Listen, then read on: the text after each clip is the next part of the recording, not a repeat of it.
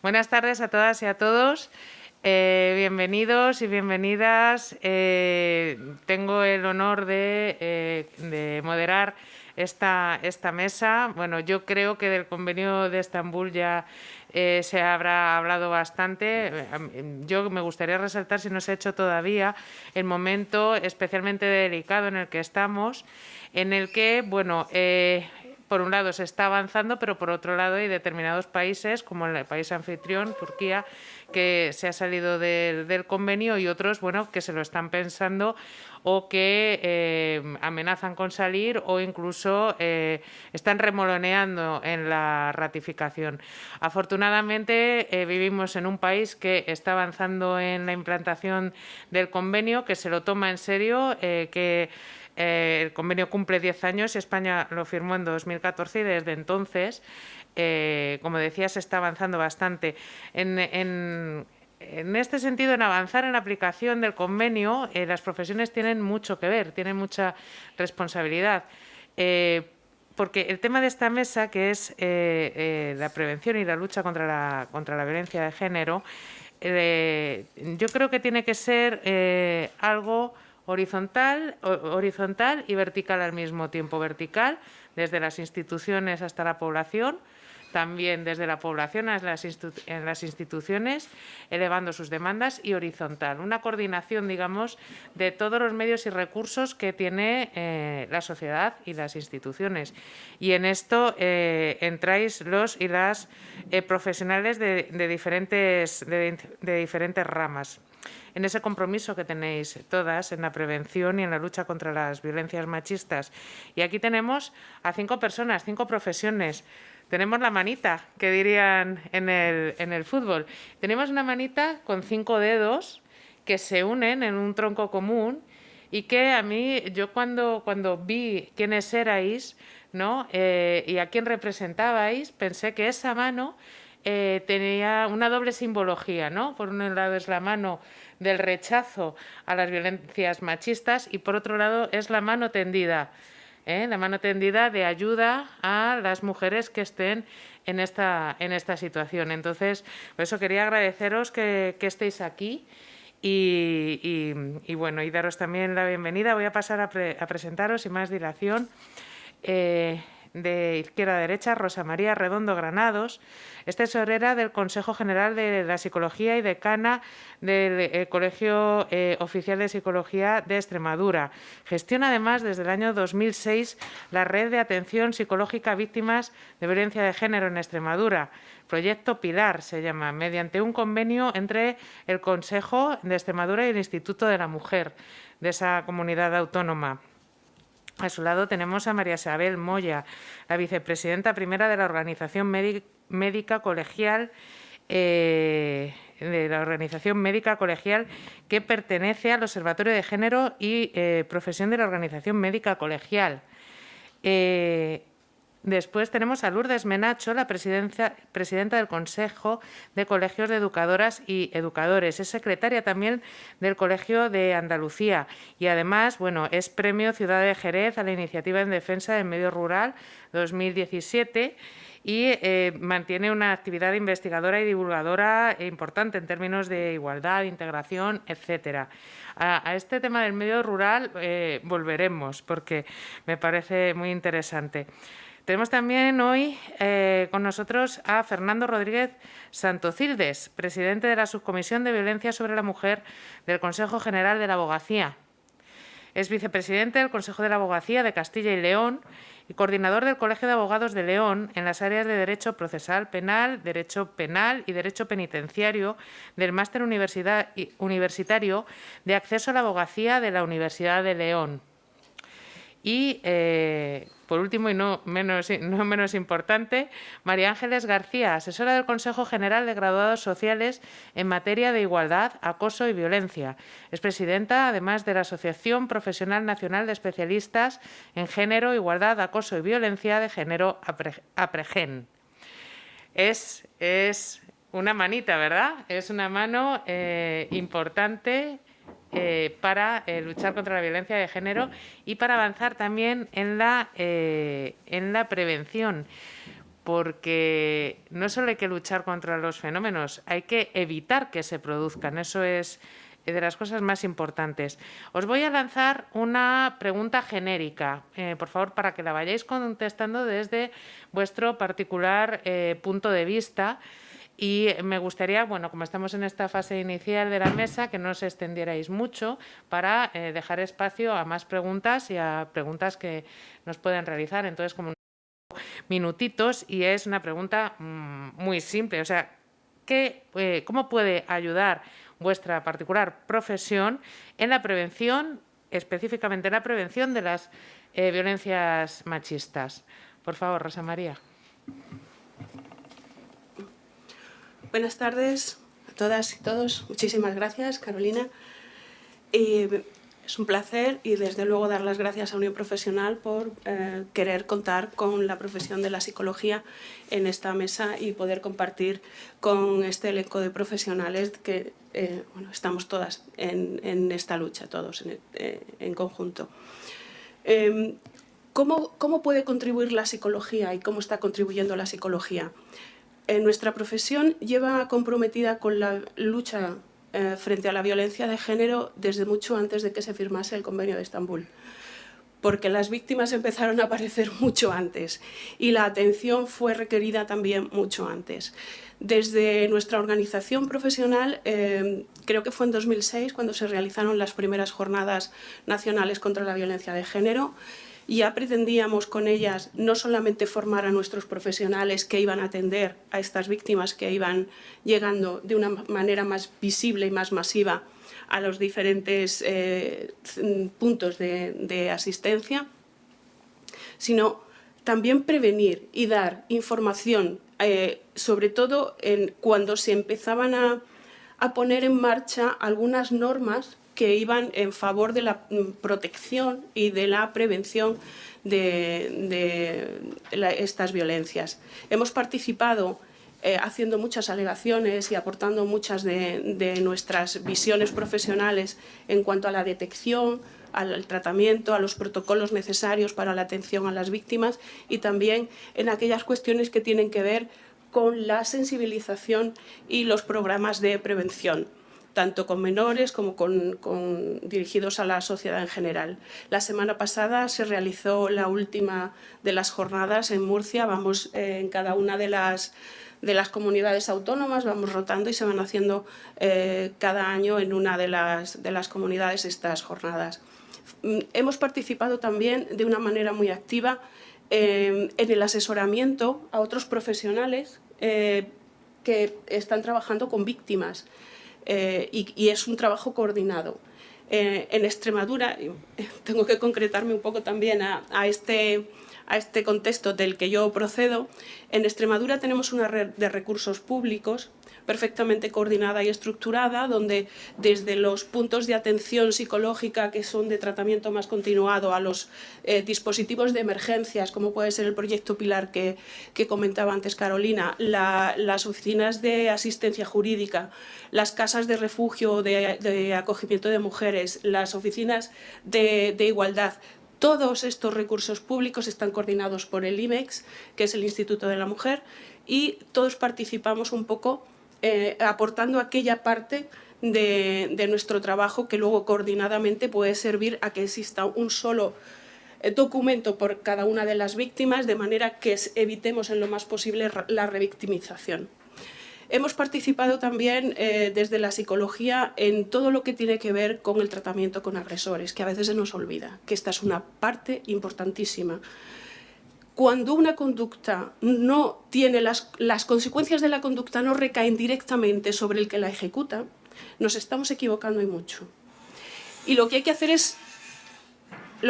es eliminar y erradicar ese tipo de comportamientos violentos y hacer los programas que sean necesarios para modificar estas estos comportamientos y estas actitudes de estos hombres, de manera que se han puesto en marcha tratamientos muy importantes, como por ejemplo el proyecto Contexto o el proyecto GACOA, que recientemente ha hecho un informe estupendo en el que se ve claramente a largo plazo, no es un estudio cortoplacista, sino más a largo plazo, porque llevan más de 11 años trabajando con agresores, que cuando un agresor pasa por un programa de este tipo de reeducación y de asumir nuevos valores y nuevas visiones de lo que es la relación con respecto al otro género, se reducen muchísimo los comportamientos reincidentes. Mientras que se mantienen un 8% en aquellos que han pasado, que evidentemente no es a cero, que es lo que nos gustaría, no es a cero, pero se reduce hasta el 8% la reincidencia de estos agresores frente al 21% de aquellos que no han pasado por ninguno de estos programas. Entonces, esta es una de las cuestiones que sí se reconocen dentro del Convenio de Estambul, pero realmente se le están dedicando muy pocos esfuerzos. Son muy contados los programas que se hacen de manera continuada, a largo plazo, y que tienen una evaluación importante. Mucho tiempo también es verdad que los agresores decidían libremente si acudían o no a estos programas. Ahora ya, afortunadamente, muchas medidas judiciales y muchas sentencias les están obligando a pasar por algunos de ellos. La psicología tiene también una participación muy importante en todos los proyectos educativos que hay de prevención en los centros educativos. Creo que era Emiliana quien lo decía en la mesa anterior. Es muy importante que empecemos a educar en valores de igualdad. No vale solamente con intentar que no se produzcan o que se erradiquen aquellos comportamientos que ya se han producido. Hay que empezar desde cero, desde pequeños, a que los valores importantes tienen que ver con el respeto y la igualdad en las relaciones entre los distintos géneros. Si esto no lo conseguimos a través de los procesos educativos, y es un cambio a largo plazo, porque no perdamos de vista que es un cambio a nivel cognitivo. Y es mejor crear desde cero que pretender corregir cuando ya se han instaurado determinadas creencias que son más difíciles de corregir. Por tanto, estamos activamente también en estos programas, así como en los programas pues, de difusión. Asesoramos un poco en cuanto a los mensajes que pueden tener alguna repercusión. Sabemos que las campañas de difusión, las campañas informativas, pues son lo que son, tienen el recorrido que tienen, pero no nos podemos quedar ahí. Hay que visibilizar, pero luego hay que seguir actuando también en otros ámbitos. Entonces, creo que la psicología tiene una presencia importante. ¿Qué nos falta? Pues nos falta estar mucho más presentes, por ejemplo, en los servicios de urgencias, por donde entran muchas víctimas, donde se valoran las lesiones físicas, pero no se hace de manera precoz una evaluación del daño psicológico, con lo cual luego tiene que volver a pasar por otras unidades que valoren este tipo de daño. Quizá ahí también sería importante. Pues vamos a pasar un poco por... Sí, muchas gracias. Sí, muchas gracias. Vamos a pasar a María Isabel Moya. ¿Qué es lo que puede aportar la profesión médica a la prevención de este tipo de violencias? Hola, buenas tardes. En primer lugar, agradecer a Unión Profesional que haya organizado esta mesa y que me haya dado la oportunidad de compartir la jornada con el resto de ponentes.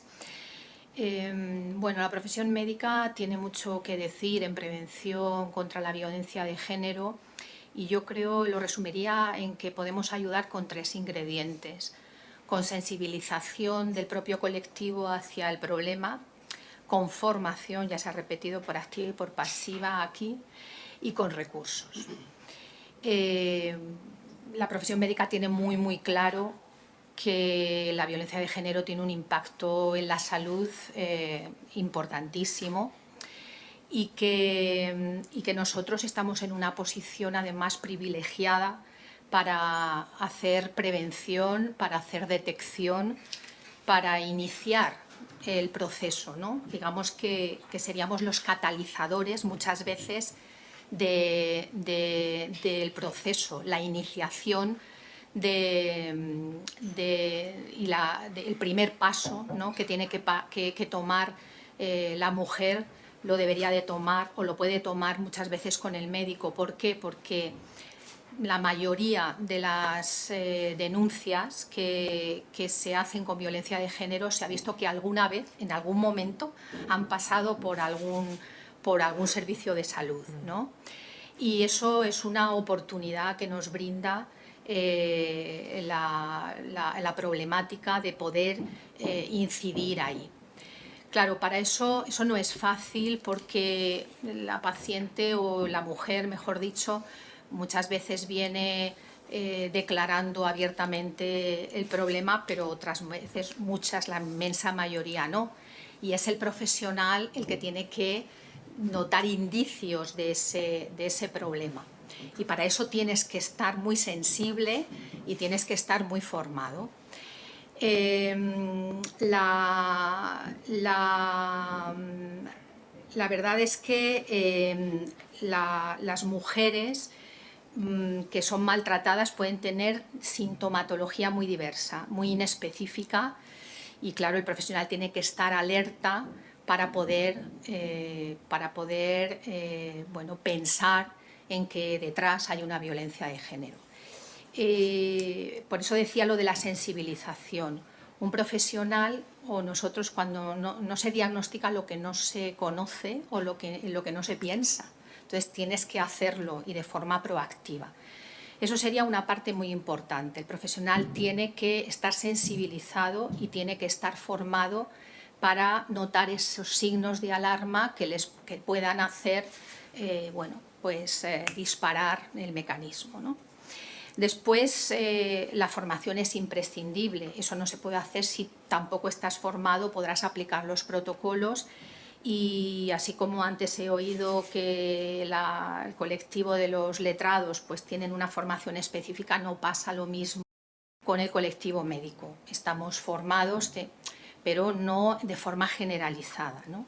Y en el ámbito de la atención primaria, pues bueno, es tan diverso que no hay una formación muy específica en violencia de género como para hablar de que el personal está preparado para denotar que detrás de un dolor abdominal o que detrás de un insomnio, que detrás de una fibromialgia hay o puede haber una violencia de género. Y después necesitamos tiempo, o sea, necesitamos recursos. Para que una mujer comparta este problema con su médico, que repito, estamos en una posición privilegiada, sobre todo en atención primaria, porque la relación de confianza que se establece con el médico es importantísimo. No creo que haya ninguna otra situación en la que la paciente o la mujer pueda encontrar ese entorno de confianza, de conocimiento de lo que le pasa a ella, a su familia, a su entorno, esa longitudinalidad que tiene la atención primaria, esa accesibilidad, esa reputación que tiene la profesión médica en la ciudadanía hace que bueno, pues sea la persona idónea para que la mujer se abra y comparta pero eso no se puede hacer en unas consultas de 3 minutos, no se puede hacer, no se puede hacer, y yo lamento siempre adoptar esta posición de queja, pero la realidad es la que es. Y no se puede hacer en este entorno en el que ahora mismo se encuentra, por ejemplo, la atención primaria infrafinanciada, con los tiempos de consulta tan escasos. Esto no es una atención cualquiera, entra dentro de la prestación de la cartera de servicios, todos lo sabemos, pero esto no es una prestación cualquiera. El médico no puede comportarse como se comportaría con cualquier otro motivo de consulta, porque es que necesita crear ese lazo de confianza, esa serenidad, y eso no consiste simplemente en pedir una analítica o en pedir un TAC, no es una acción puntual, tiene que ser una acción pues eso, de confianza, de seguimiento, hay muchas cosas por hacer, no se lo puede tomar como rellenar un parte judicial de lesiones y ya está. Perdóname que te diga, como usuaria de la sanidad pública, y yo creo que toda la ciudadanía es usuario potencial de la sanidad pública, yo creo que esa reivindicación la tendríamos que hacer de forma unánime en toda en Claro, la sociedad. O sea, claro. no da igual que la repitas 1000 veces. Es que tiene que ser así, efectivamente. Claro, es que, bueno, yo creo que tenemos mucha normativa y España, se ha dicho antes en la anterior mesa, es pionera en normativa y no nos falta, bueno, nos falta en muchas otras tipos de violencia de género, pero tenemos normativa, lo que hace falta es llevarla a terreno, a tener aplicabilidad, y eso se necesitan, pues lo que he dicho, sensibilidad, formación y recursos. Pues completamente de acuerdo. Seguimos avanzando porque precisamente educadoras y educadores sociales, si hablamos de prevención, también sois fundamentales. Lourdes Menacho. Pues sí, bueno, en primer lugar, pues agradeceros que a la Unión Profesional y al Grupo de Igualdad dentro de la UP que nos hayáis invitado a esta mesa, ¿vale? Un poco siguiendo con la continuidad de la compañera, la normativa es fundamental, es necesaria, pero si no va acompañada de recursos económicos para poder tener recursos humanos especializados, no hacemos nada.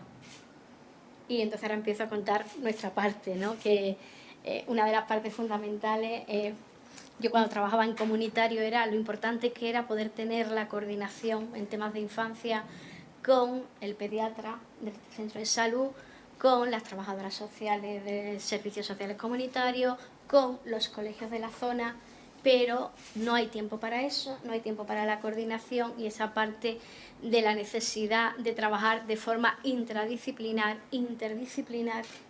si no se buscan espacios no es posible. Entonces es como un reto que tenemos, ¿no? Y una exigencia. Yo voy a intentar ser concreta, ¿vale? Porque me voy también.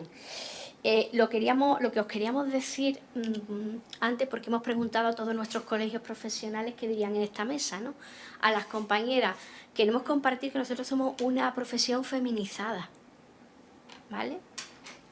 En la que sí hemos conseguido que los cargos del colegio sean mujeres, porque somos mayoría, ¿vale? Esto no pasa en todos los colegios profesionales, pero es como una autocrítica de que también en nuestro espacio tenemos que estar muy atentas con las gafas de género, porque nos hemos criado y hemos crecido en una sociedad patriarcal en la que yo, sin darme cuenta, a veces repito esquemas que creo que tengo súper interiorizados, ¿verdad, compañera psicóloga?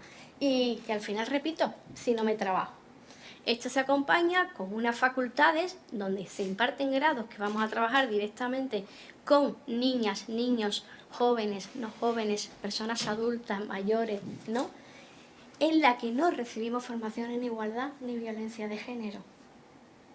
Nos lo tenemos que buscar luego haciendo un máster que vale un montón de dinero y que hay profesiones que no estamos tan bien pagadas porque estamos feminizadas, entre otras cosas, y eso requiere que nos queda como a la voluntad profesional que nos formemos. Y esto es muy delicado, ¿no? Entonces, dicho esto, un poco decir que también pues nosotros sufrimos esa violencia. Y hay una parte que también como profesionales y como mujeres también sufrimos violencia en los centros de protección, por ejemplo, donde trabajamos con chicos y chicas muy complicados y que a veces hemos aceptado como esas agresiones como parte del trabajo. Ojo, esto es muy peligroso y se acepta, ¿no? Hay otras profesiones, en cuanto hay una agresión a un profesional se salen los medios de comunicación, hay otras en las que ni siquiera los medios se enteran o ni siquiera los profesionales denunciamos. Dicho esto, pues ¿qué podemos nosotros hacer, ¿no? O en la prevención, pues fundamentalmente nosotros educamos. Entendida la educación, no solo el sistema escolar, reivindicamos la educación, que es mucho más que el sistema escolar o educativo, la justicia es mucho más que el sistema judicial y la salud es mucho más que el sistema sanitario. Y a veces los sistemas han absorbido esa parte fundamental, porque en realidad yo creo que todas las profesiones tienen son parte educativas, porque hacemos educación. Una doctora, ¿no? cuando atiende en el centro de salud, explica, escucha, tiene una relación educativa con el paciente, aunque no sea educadora social, ¿no? Y hay una parte que eso es fundamental, pero no siempre se hace, ¿no? Pues una parte, pues entendiendo la educación como un proceso de aprendizaje que se da a lo largo de toda la vida, nacemos y aprendemos a ser.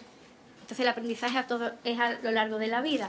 Si nos centramos en educar y prevenir en el sistema escolar, la mayoría de los chicos y chicas pasan mucho más tiempo fuera del sistema escolar que dentro. Pero los recursos, si ya no hay para los sistemas formales, imagínate para fuera de lo que es el sistema formal. Realizando aportaciones a las distintas normativas, nos leemos mucho. Todas las normativas que se hacen, ¿no?, en este país, en las comunidades autónomas. Realizando análisis crítico y aportaciones y propuestas. Y además también con la Unión Profesional hacemos ese trabajo, ¿no?, ¿verdad, Gonzalo?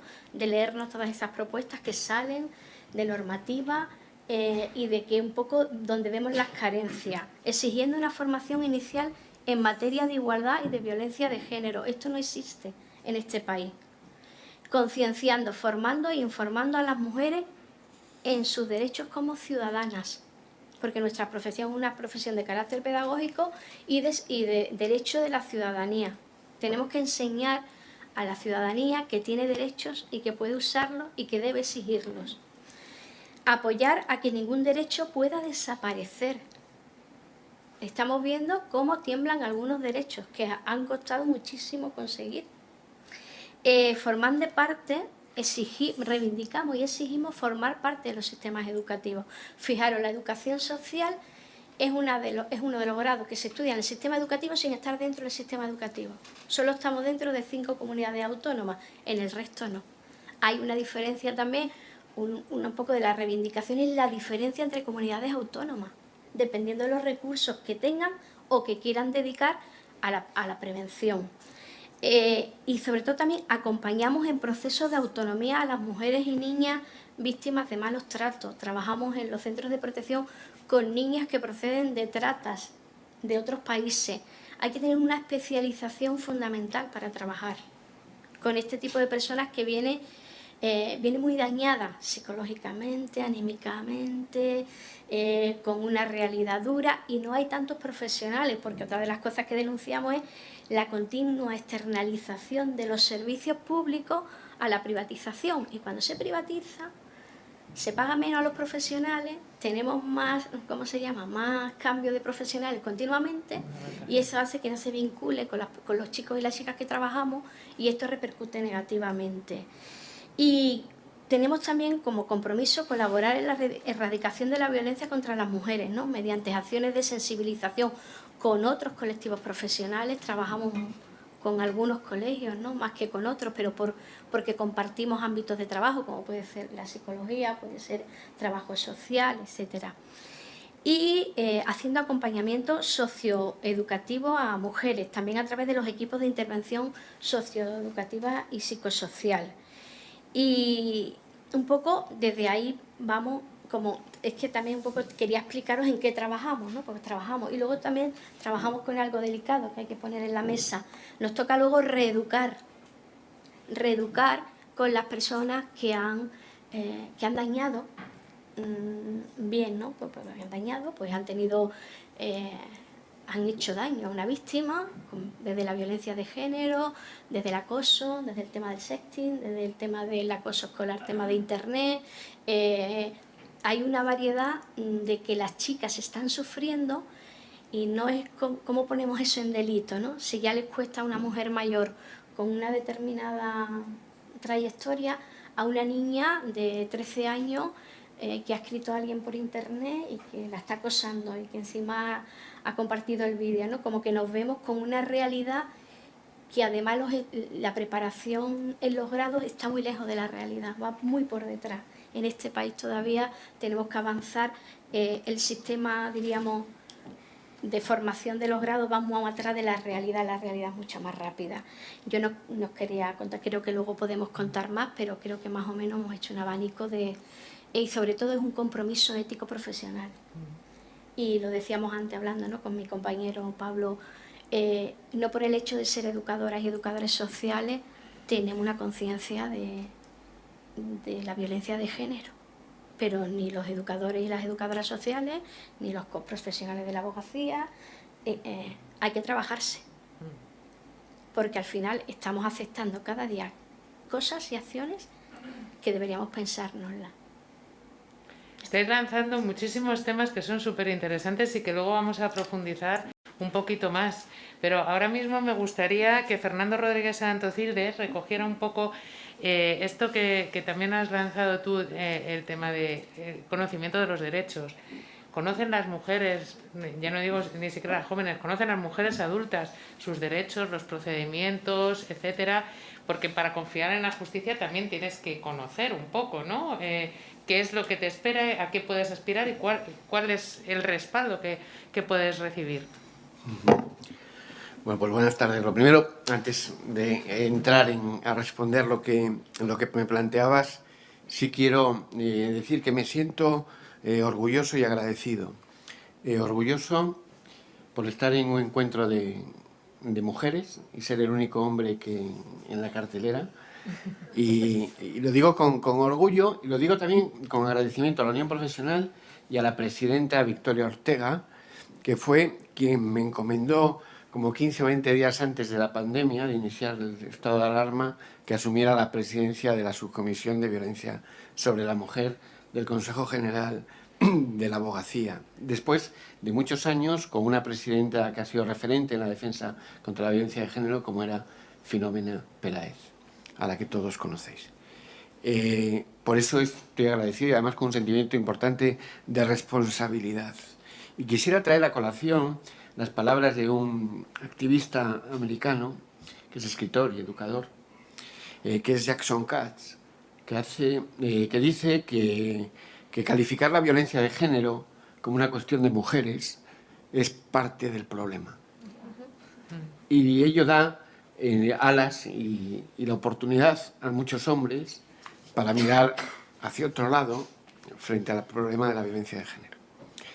Y por eso quiero, de alguna manera, también representar a todos los hombres que estamos apostando y trabajando con las mujeres y todos juntos en la defensa y en el asesoramiento en mi sector a las mujeres víctimas de violencia de género.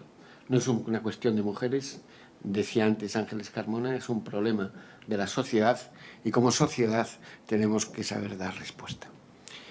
Y dicho lo cual, pues voy a entrar a ver cuál es el papel o lo que juega la abogacía o que pretendemos jugar frente a esta lacra que es la violencia de género. En primer lugar, yo creo que hemos hablado de dos verbos, ¿no? Prevenir y proteger.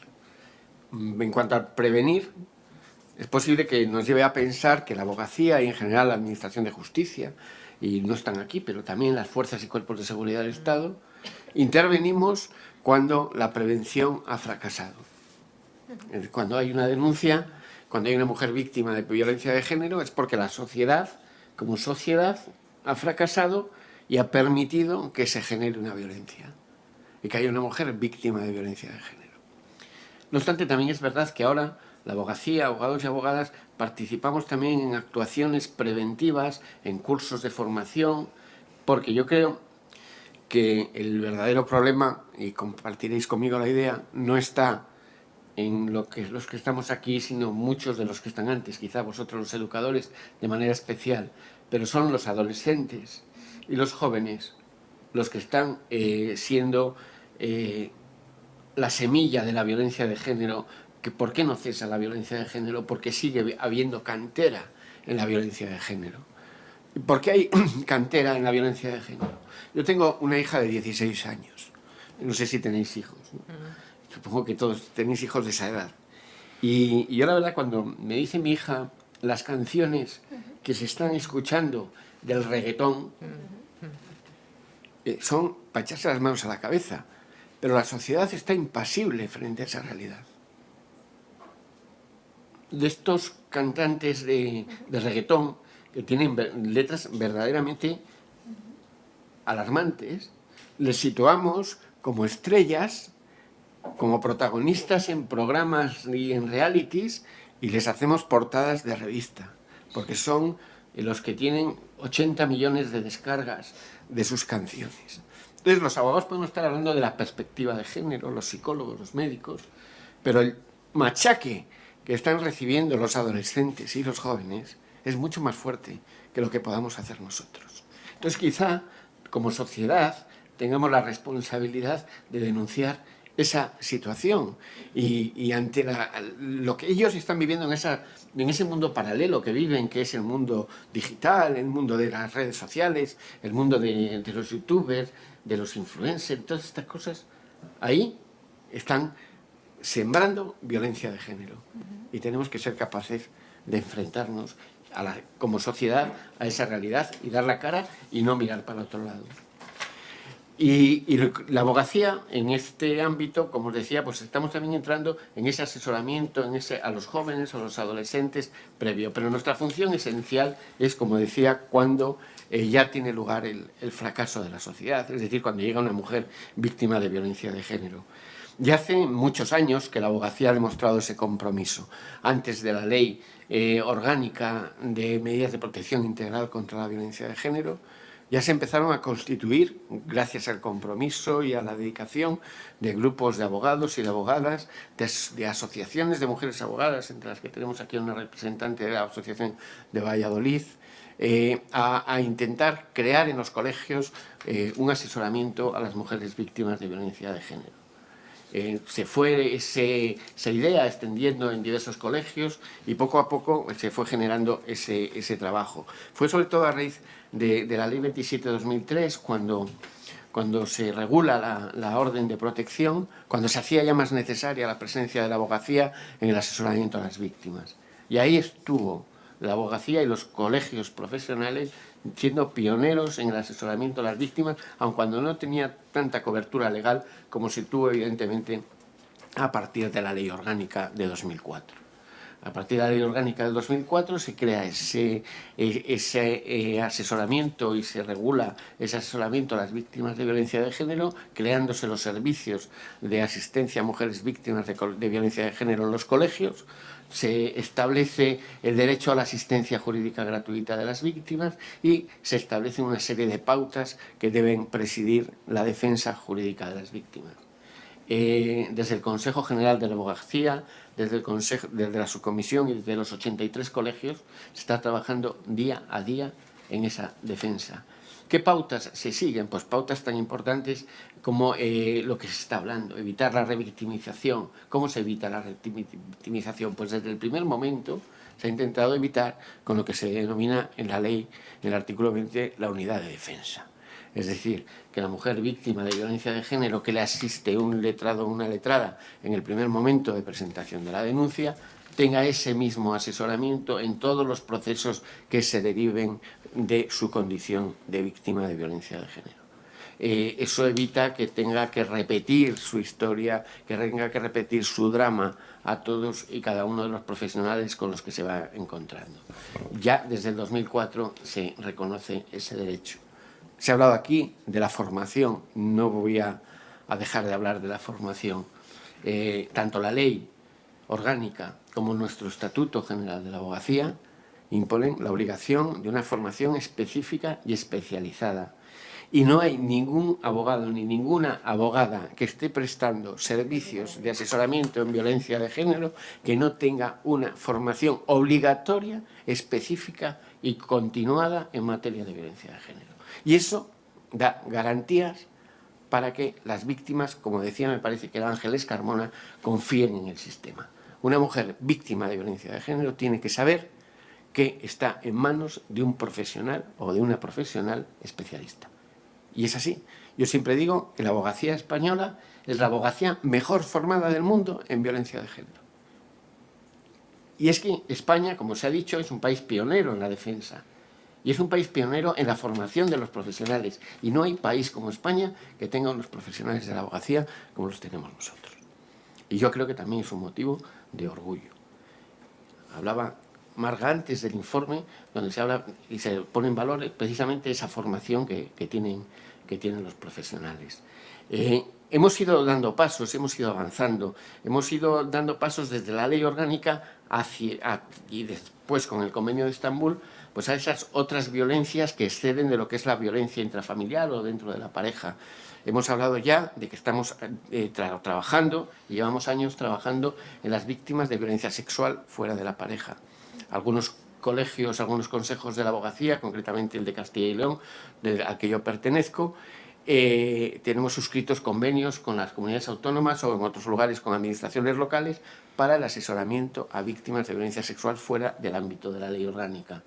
Se está avanzando en esa materia. Y yo creo que es un paso importante, tanto a nivel de formación como a nivel de asistencia. Estamos viendo ahora, y acabamos de tener unas jornadas en Ciudad Real, a las que se ha referido también Marga, sobre toda la cuestión de violencia vicaria, el alcance y la importancia que puede tener para la asistencia a las víctimas. La violencia económica, no solo la violencia es violencia física, sino que a veces, en muchos casos y en la mayor parte de las relaciones, subyace una violencia económica que hay que poner de manifiesto y que hay que tratar. Otro ámbito, el ámbito de las mujeres víctimas con discapacidad. Esa revictimización o esa exige una formación también especializada y una atención específica. Otros ámbitos, como el ámbito rural. La mujer en el ámbito rural, hemos trabajado también en Ciudad Real sobre esa cuestión, la dispersión geográfica, el alejamiento de los servicios, el alejamiento de las oficinas o de los centros donde pueden denunciar, hace también que haya esa reticencia a dar ese primer paso. Si lo hay, en muchos casos en el mundo rural lo hay con mayor intensidad. En el otro ámbito que también se ha trabajado, y sobre todo en el ámbito penitenciario, ¿no? La violencia de género en el ámbito penitenciario creo que exige también pues ese tratamiento. En definitiva, en la abogacía hemos intentado o intentamos salir al paso de las nuevas realidades que se nos va imponiendo, y para ello tenemos, en el ya actualizado a 2018, una guía que yo os recomiendo porque está en internet, tenéis acceso a ella, que es la guía de buenas prácticas del abogado y abogadas de violencia de género. ¿Cómo tratar a las víctimas? Yo muchas veces digo que las víctimas de violencia de género, la primera cara sin uniforme que encuentran es la del abogado o la abogada. Posiblemente la primera sea la de un policía, la segunda la de un sanitario, que también lleváis uniforme, bata blanca, pero la primera cara que encuentran fuera de esos ámbitos es la del abogado y la abogada. Es necesario tener una actitud y una aptitud con las víctimas.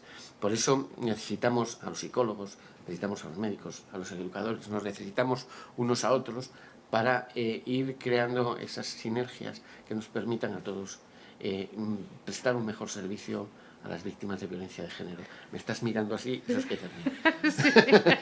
Sí, porque quiero preguntarle a María Ángeles García también, quiero preguntarle porque también has lanzado muchas cosas que también recuperaremos, y María Ángeles, ese conocimiento de los derechos del que hablábamos, o sea, porque también tenemos en el imaginario lo que se ha calificado hasta ahora oficialmente como violencia de género, el ámbito de la pareja o la expareja, pero también está el ámbito laboral, por ejemplo, está todo lo relativo al acoso. O sea, ahí en ese ámbito se es consciente del problema, de los derechos, de la legislación, de las obligaciones de las empresas. ¿Cómo está la cosa?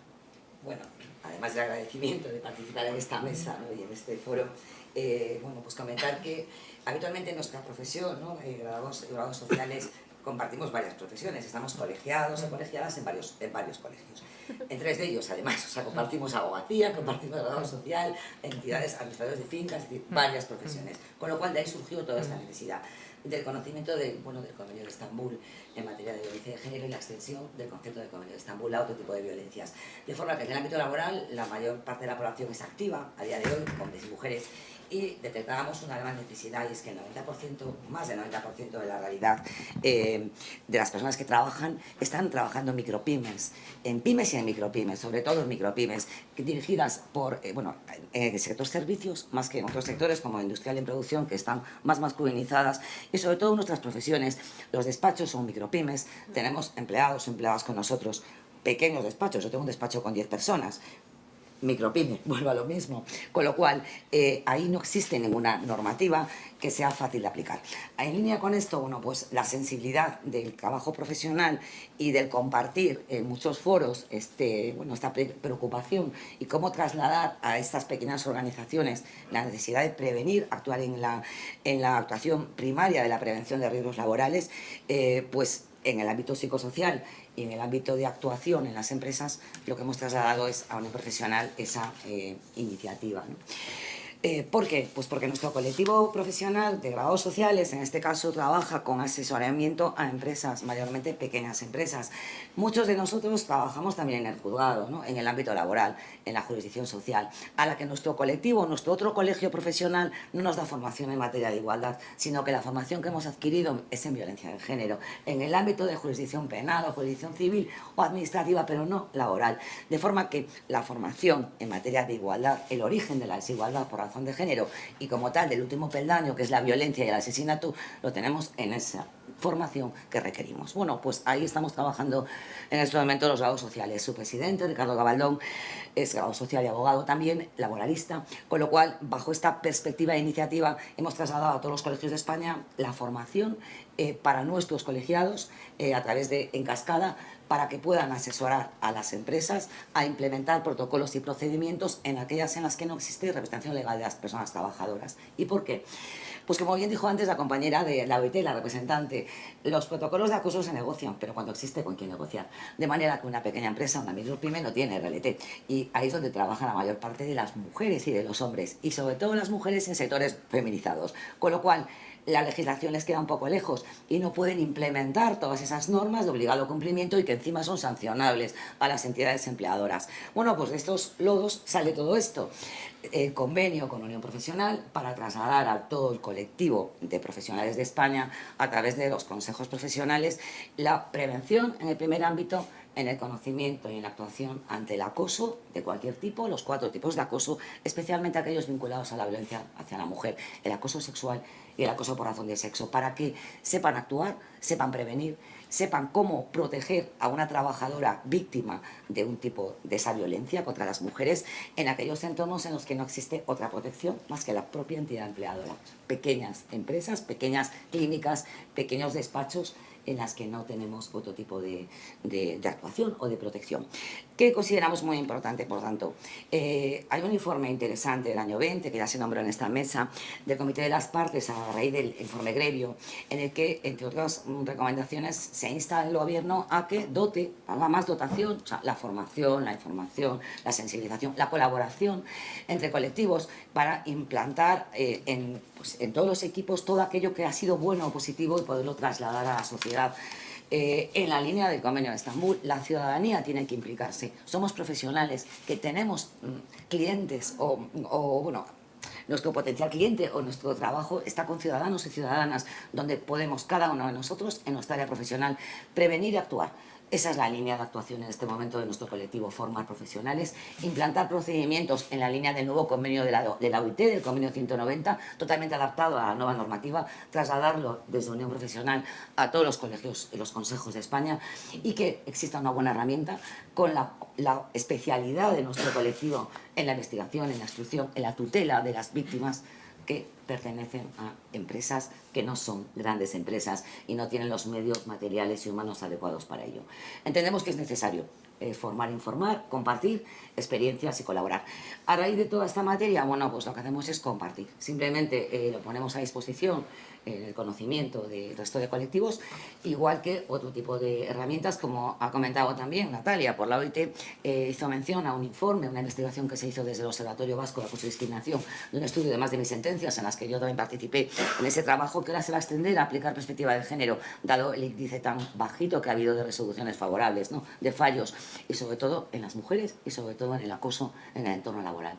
Entonces entendemos que es una pata muy grande de la violencia, que hay una gran carencia y que además pues el informe del Comité de las Partes insta al Gobierno a que dote a las pequeñas organizaciones para esa extensión de la violencia, en concreto al acoso sexual y al acoso por razón de sexo. Y entendemos que desde Unión Profesional es trasladable a todo el colectivo de profesiones y podemos bueno, pues compartir nuestros conocimientos desde diferentes ámbitos profesionales. Simplemente me parece que es importante. En Galicia hubo una, yo soy gallega de origen, y hubo ya una iniciativa de colaboración con una dotación presupuestaria desde el Gobierno de Galicia, en la que nos hemos juntado 4 colectivos profesionales: educadoras y educadores sociales de Galicia, gestores administrativos de Galicia, graduados sociales de Galicia y la asociación que presidimos, para implementar la medida del Pacto de Estado 210, que no existía a día de hoy, estaba ahí muerta, para proteger a los hijos de las víctimas de violencia de género asesinadas, con un equipo colaborador de profesionales que, tan pronto existe un fallecimiento y se activa ese protocolo, se pone a disposición de esos huérfanos. Todo ese equipo de profesionales totalmente integrado por una partida presupuestaria para dotarles de esa ayuda. Pues entendemos que es necesario, que desde cualquier profesión podemos hacer mucho, y lo importante es colaborar en la línea del Convenio de Estambul, como están marcando. Sí, hasta ahora, recapitulando, estáis de acuerdo en muchas cosas. Estáis de acuerdo, por ejemplo, en la necesidad de educación y de formación, educación de la sociedad y formación también desde el nivel universitario ya concreto en las diferentes profesiones, ¿no? Y luego adaptado, digamos, a cada puesto de trabajo y tal. ¿Estáis de acuerdo también en la necesidad de fondos para llevar adelante vuestro trabajo con dignidad y eficacia, ¿no? Y también percibo que estáis de acuerdo que en vuestras propias profesiones hay mucho voluntarismo, ¿no? O sea, hay mucha propensión, digamos, ¿no?, a implicarse, a formarse, etcétera. Voy a ir lanzando ahora preguntas de temas que habéis ido enhebrando, ¿vale? Y las voy a lanzar a otros y a otras para, bueno, profundizar en esos temas. Esto, la educación, la formación, lo que ha dicho Fernando Rodríguez sobre el tema de los chavales jóvenes, además de cambiar las leyes, hay que cambiar las mentalidades, pienso yo, ¿no? Entonces, en este sentido, te lanzo a ti, Rosa María. Se supone que este es el país en el que vivimos, está bastante concienciado sobre las violencias machistas, pero seguimos reproduciendo estos comportamientos. Tú eres psicóloga, pero no socióloga, pero me da igual. Te lo pregunto. O sea, realmente es tan complicado. ¿Qué pasa? ¿El sistema se autorreproduce para mantener estas dinámicas? Es que es muy preocupante porque, de hecho, en la última encuesta de la FAD, el 25% de los chicos decían que la violencia de género no existe y que es un invento ideológico. Sí, estamos desgraciadamente en un panorama en el que los jóvenes tienen cada vez más medios de comunicación que les da una cierta libertad.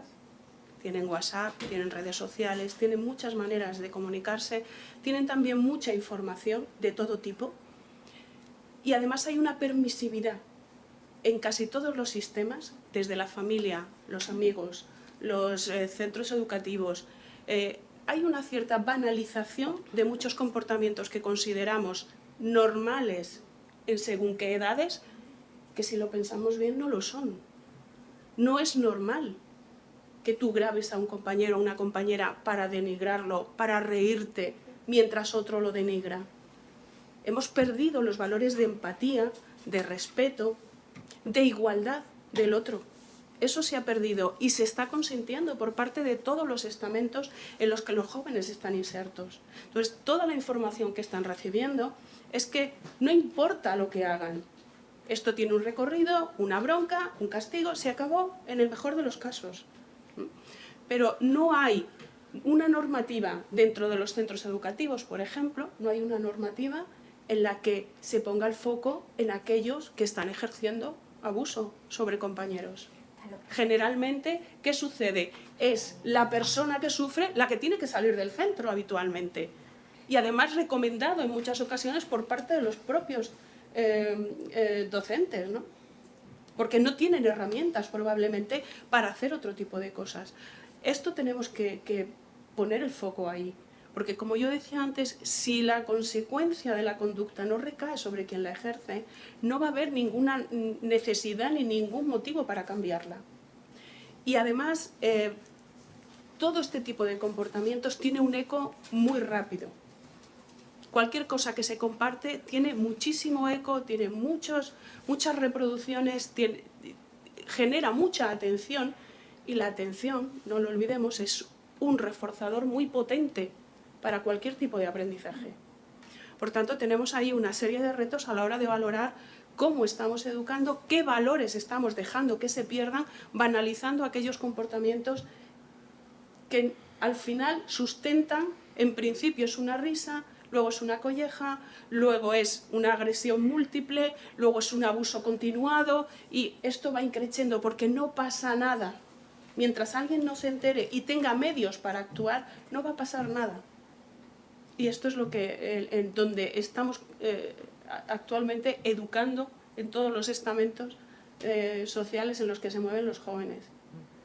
Luego, además, otro efecto es que, bueno, todos los profesionales a los que representáis forman parte de la sociedad. La sociedad es muy variopinta, digamos, ¿no? Entonces, me imagino que dentro de vuestras profesiones pues tampoco será todo de color de rosa, sino que habrá gente más implicada, gente menos, gente directamente que no quiera saber nada del tema. ¿Cómo se brega con esto? No sé, esto no sé a quién preguntárselo, porque en realidad podríais contestarlo todas. A mí me gustaría un poco, porque yo no discrepo un poco, hay protocolos en cada, bueno, yo hablo ahora concretamente, el que más conozco es el de Andalucía, hay un protocolo de actuación en un colegio ante acoso escolar, que una vez que lo detecte el profesorado, qué es lo que ocurre y el lazo con parte de lo anterior.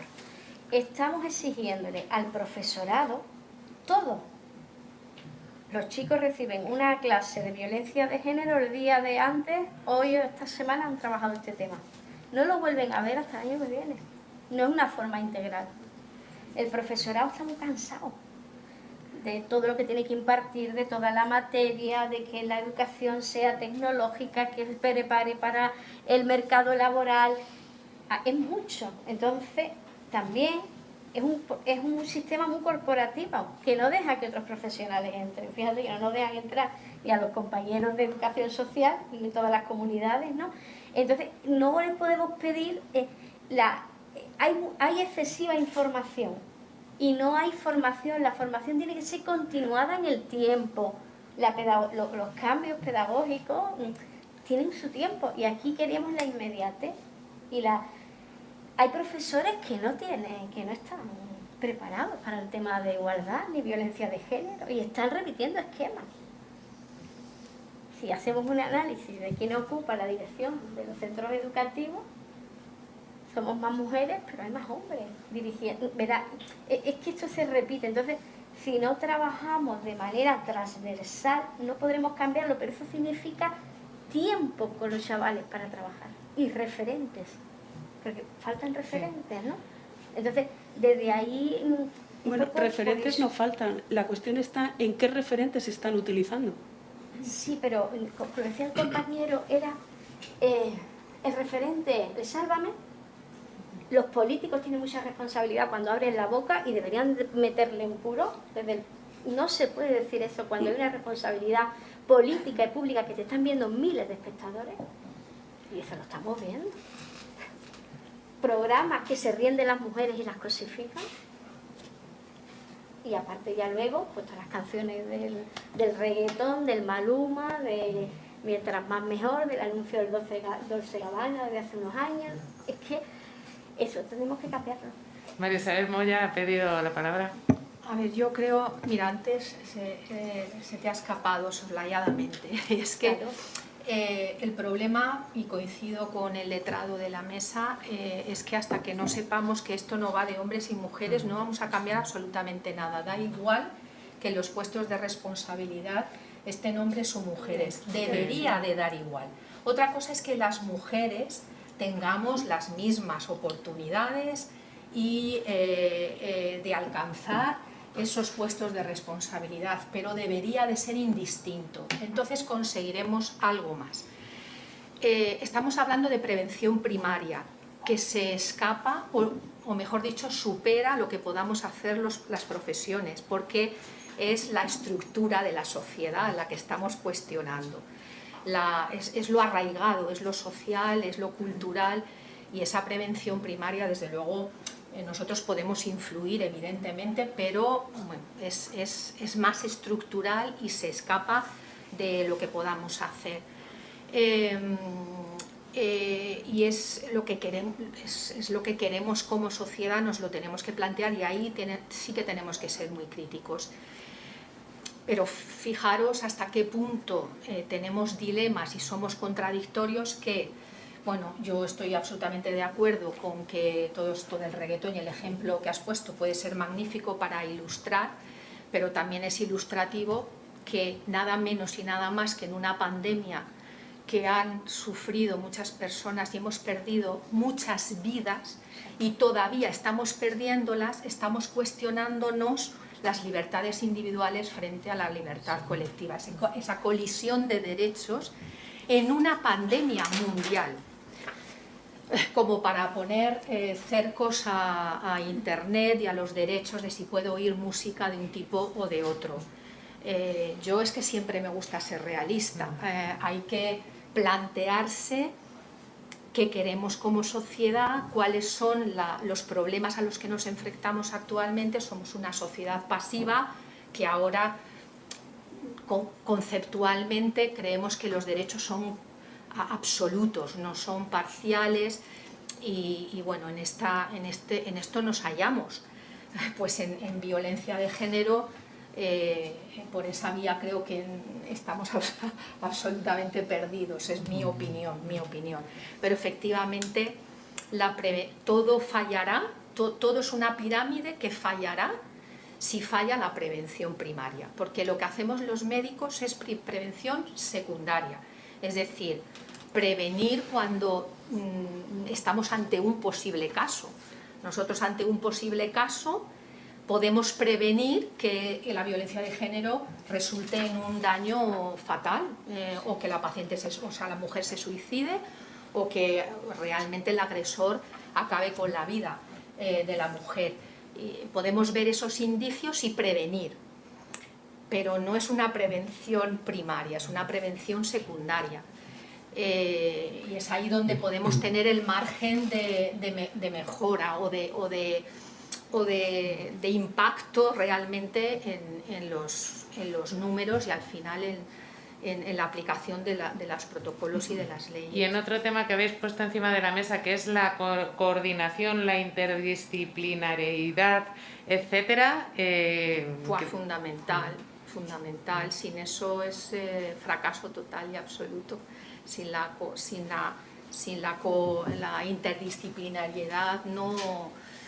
Es un fracaso todo lo que podamos hacer, porque esto es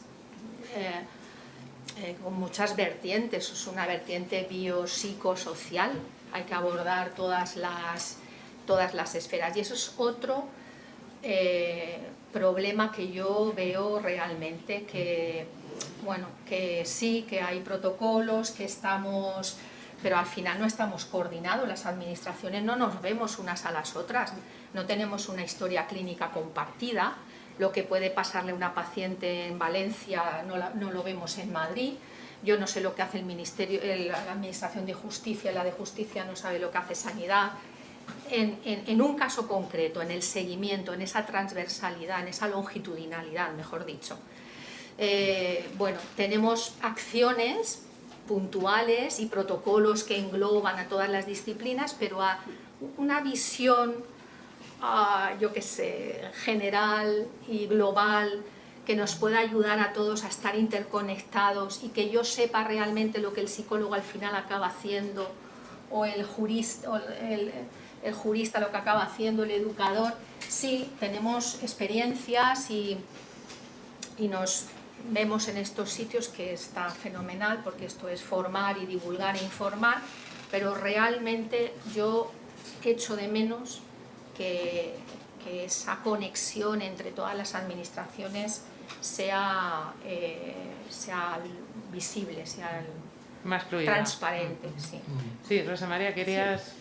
Por ahondar en este tema de la coordinación, yo, como comenté antes, vengo de un territorio en el que prácticamente todos los dispositivos y todos los recursos que las víctimas de violencia de género pueden tener dentro de la comunidad. Es verdad que está restringido, que no es global a todo el territorio, pero sí dentro de la comunidad tienen un nivel de coordinación bastante alto. Cierto que nos costó años conseguir el protocolo de coordinación, nos costó años conseguirlo, porque también es verdad que las mujeres pueden entrar desde distintos dispositivos y recorrer todos los recursos en algún momento, pero conseguimos con los permisos necesarios, porque aquí también se implicaban, pues claro, los datos de nivel de protección de datos más privados, donde lo sanitario no puede accederse desde puntos de información. Bueno, con permisos específicos hay una información global del que van disponiendo todos los profesionales que están ahí. Somos dos los dispositivos que trabajamos un poco en urgencias, que son la asistencia letrada que prestan los dos colegios que hay en Extremadura, el de Cáceres y el de Badajoz, para atender a las víctimas, y el Proyecto Pilar, que es una red de profesionales de la psicología que atiende a la víctima allí donde está, porque este es otro de los problemas que hemos puesto de manifiesto también. Puede que existan recursos a los que las víctimas no puedan llegar. Entonces, una manera de solventar esas distancias que nosotros tenemos por territorio, la dispersión, es que el profesional se traslada allí donde la víctima está y hace una primera intervención. Y toda esa información está globalizada. Y es verdad que desde que se consiguió ese protocolo de coordinación, hemos conseguido disminuir enormemente la revictimización y el abandono y la pérdida de víctimas dentro del propio sistema. Ahí quería yo ir precisamente al mundo rural, lo decíamos antes, ¿no? Que la España vaciada se queja, y con razón, de falta de servicios. Bueno, ¿qué hacemos, no? en esta España despoblada, que además tiene tantas distancias, que además tiene tantos problemas? La violencia de género en el entorno rural es muy complicada. ¿Qué hacemos en estos casos? Pues si me permites, sí, por favor. Mira, yo es una materia que me preocupa mucho. En este momento están en trámite legislativo varias reformas, una de ellas de eficiencia procesal, otra de enjuiciamiento criminal, que va de alguna manera a reestructurar la organización judicial de los partidos judiciales. Puede suponer la desaparición de partidos judiciales en el mundo rural y la creación de oficinas que se van a llamar oficinas de justicia. Y eso puede significar un alejamiento de la justicia al ciudadano y del ciudadano a la justicia. Y entre ellos, hablando de las víctimas de violencia de género, pues puede suponer que una mujer víctima de violencia de género tenga que hacer 150 o 200 kilómetros para acudir al juzgado de violencia sobre la mujer que está en su provincia, que estará en la capital de provincia, para que le vea el médico forense, para que la pueda prestar declaración o para asistir al juicio. Eso se llama victimización, eso es otra manera de que la víctima sea más víctima. Y entonces yo creo que ahí estamos también intentando defender que no se produzca ese alejamiento. Es necesario, todo lo que decimos es muy importante, pero también hemos dicho que es necesario traducirlo en medios. O sea, si resulta que vamos a alejar la justicia del ciudadano, ¿por qué? Pues porque como en los pueblos hay poca gente, pues quitamos los servicios. Como quitamos los servicios, la gente se va. Entonces, nos estamos hablando de España vaciada, pero a la vez lo estamos vaciando, ¿no? Yo creo que también enlazando con lo que estábamos hablando de la coordinación, a mí me parece muy importante la inversión en medios personales y materiales, en concreto en los juzgados, donde hay un médico forense, donde hay un abogado de guardia, donde hay un juez de guardia, donde hay un fiscal de guardia. Sería importante que hubiera psicólogos de guardia, un servicio de psicología, para que con carácter inmediato a la interposición de la denuncia pudieran hacer un informe que permitiera, por la vía del juicio rápido, tener un informe que acreditara una violencia psicológica. Si queremos acreditar esa violencia psicológica, el médico forense no lo hace. El médico forense objetiva las lesiones físicas, pero no entra a informar en esa materia. Entonces sería muy conveniente que dispusiéramos de esos medios. Lo que pasa es que a veces pues hablamos o decimos, pero eso no se traduce en medios. De la misma manera que hemos hablado y volvemos a insistir y insistiremos siempre en la necesidad del carácter preceptivo del asesoramiento jurídico desde el momento anterior a la denuncia, pero eso también requiere una inversión económica y una inversión, pero que además es que no es que sea importante, es que hay un compromiso en el Pacto de Estado de que sea así. Y solamente hace falta cumplir lo que decimos, porque en el tema de violencia de género hay es cierto que hace falta creérselo. Y hay quien no se lo cree, y hay profesionales de todos los sectores que no se lo creen. Entonces eso produce las distorsiones que tú decías.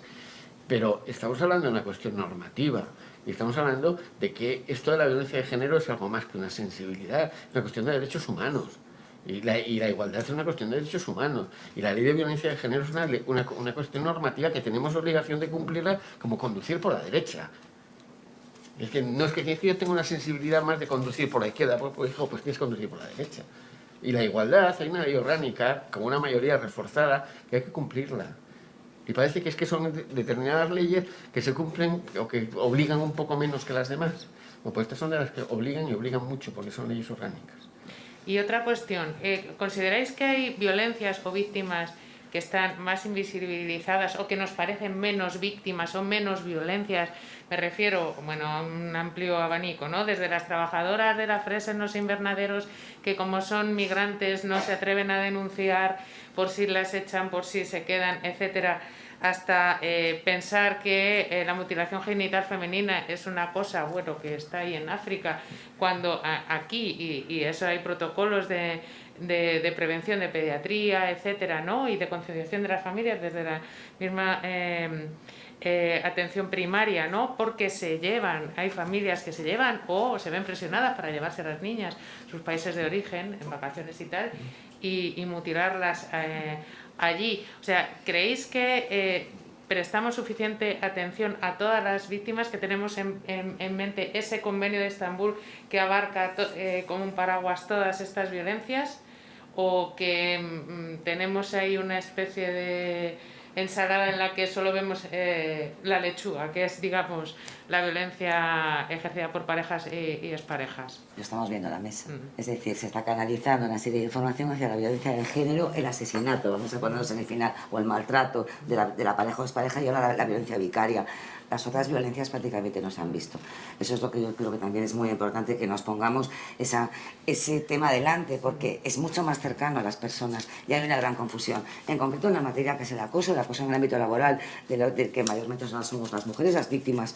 Lo que es una realidad social que está en nuestro entorno y las personas confunden. Y es un trabajo multidisciplinar. Se necesitaría también tener psicólogas y psicólogos que pudieran acudir a una pericial en un momento determinado para detectar si hay una carencia psicosocial, ¿no? Y no existe tampoco nada de eso.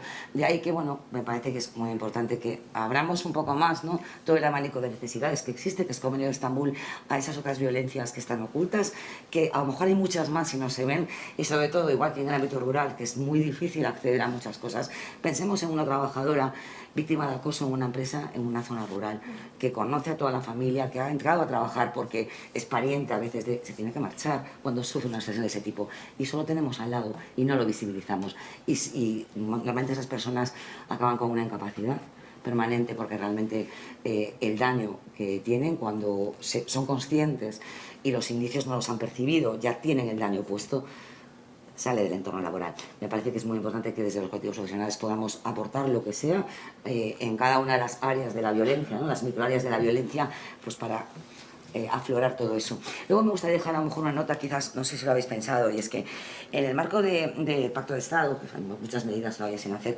hay una gran dotación presupuestaria, ¿no?, en este momento, muy repartida de muchas maneras. Y yo creo que sería importante, a lo mejor, si lo ves igual trasladable desde un profesional, es que se mida también el impacto, ¿no? Es decir, la dotación está ahí, hay muchas campañas que realmente es eficaz. Ese dinero, que vemos que necesitamos muchos recursos para la violencia en general de género, ¿es eficaz para combatir la violencia o se pierde a lo mejor esos fondos, ¿no? Yo creo que no se mide el impacto, que no se evalúa la eficacia de la dotación de recursos y de la gestión de esos recursos, y a lo mejor podíamos igual hacer un llamamiento a que se transformen en algo más eficaz para las necesidades que los diferentes colectivos pues tenemos en este momento. Antes de seguir con más preguntas que lance yo, me gustaría, porque nos queda ya poquito tiempo, saber si quieren hacer alguna pregunta desde el auditorio. ¿Sí?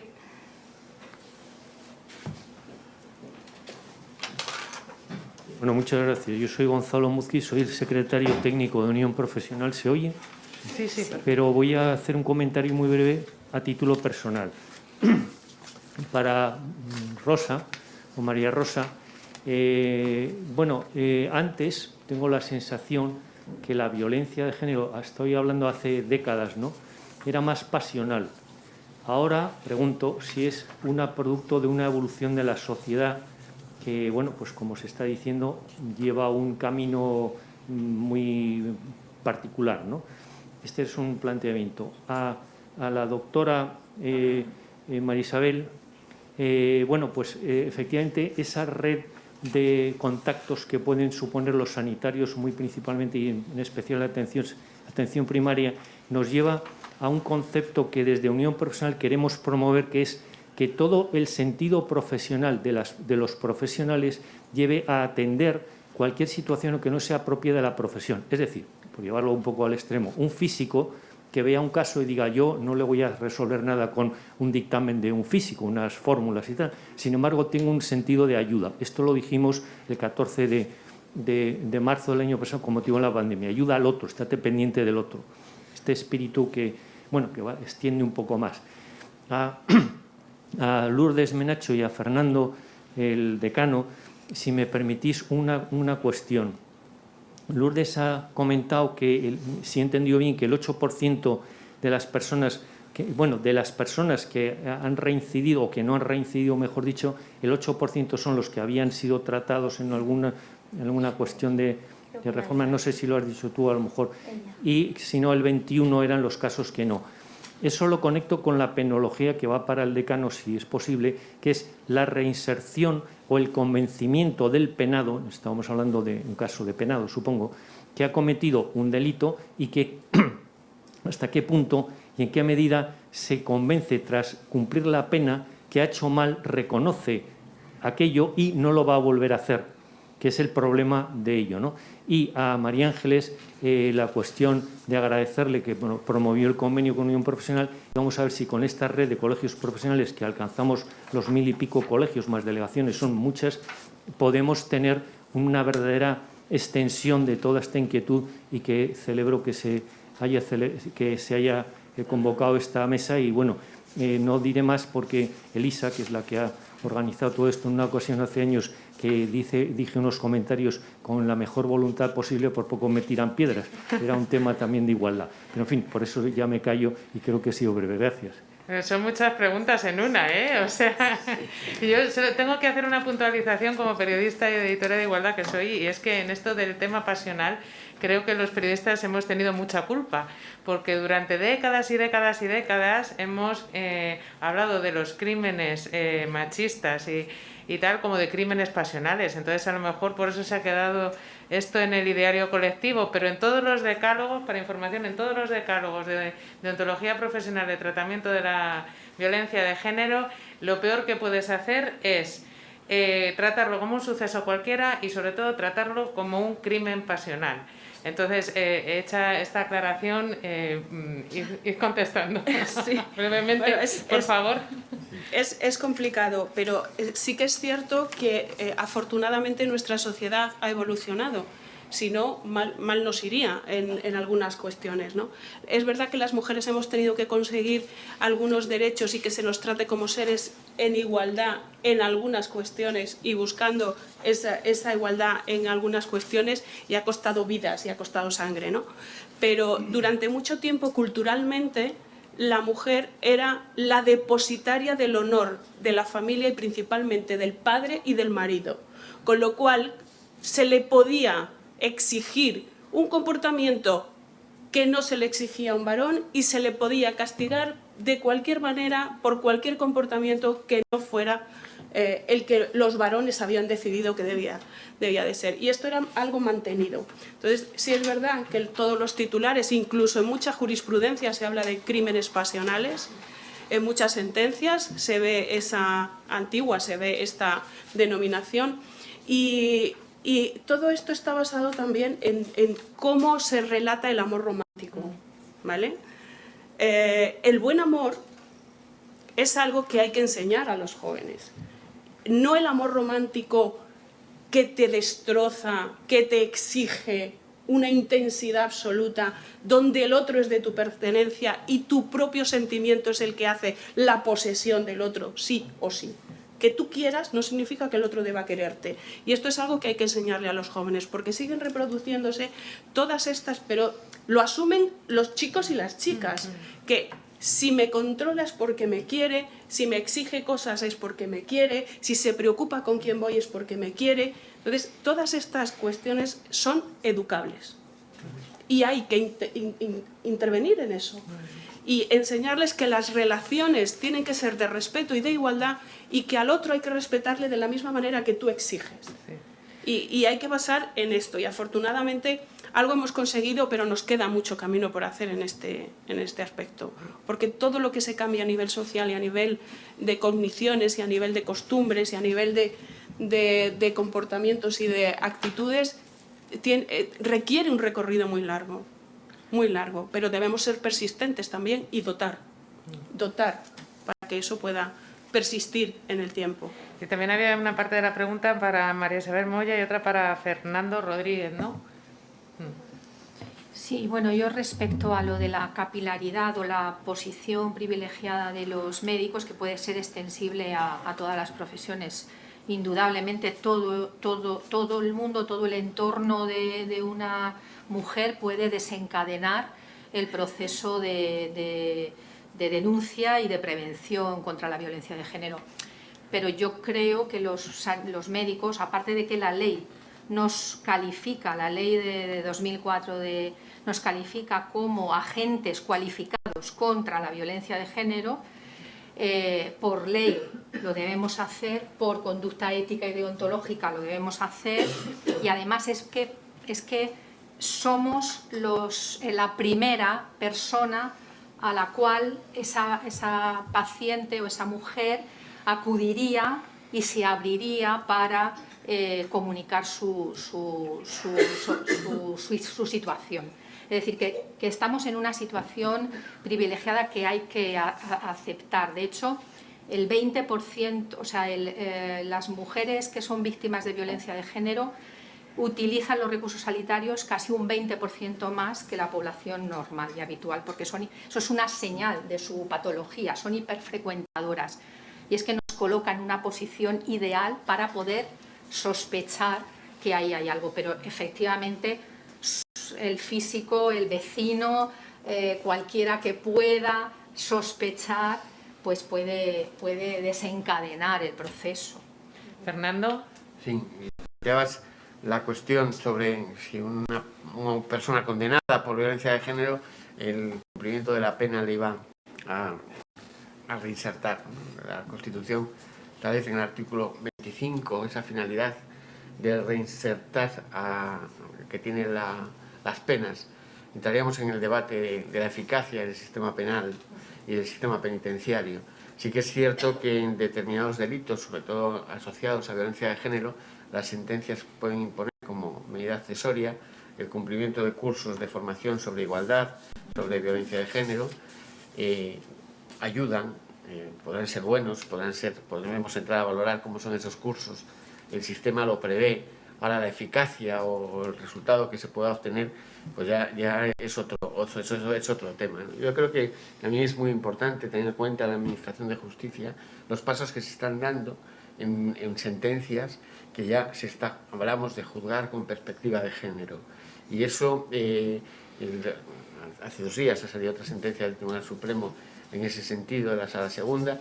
Creo que está dotando a la Administración de Justicia y está dando unos pasos muy importantes hacia la igualdad, y que, como en la sociedad en otros aspectos tenemos que vivir o pensar o valorar o actuar con perspectiva de género, la Administración de Justicia también se está haciendo, no a lo mejor al ritmo que sería deseable, pero sí se están dando algunos pasos en esa materia. Pues yo creo que vamos a terminar aquí, salvo que queráis apuntar así algo más súper brevemente. A mí me gustaría decir algo sobre el tema de las zonas rurales. Creo que hay 2 cosas, ¿no? Una, que los servicios que hay se tienen que mantener, los existentes, ¿no? De los sistemas que quedan. Y otra es que tenemos que hacer un esfuerzo porque quizás los existentes son los lugares de observación, ¿no? O de detección. A veces puede ser una farmacia, ¿no? Porque el farmacéutico del pueblo, pues el que recibe, va, viene, creo que, porque es cierto que no hay recursos, yo soy de zona rural, no hay recursos para todos, ni para, bueno, para todos los sistemas que hay, pero es cierto que si retiramos el ambulatorio médico, si se cierra el colegio, si ya no hay servicio, no, todo va desapareciendo.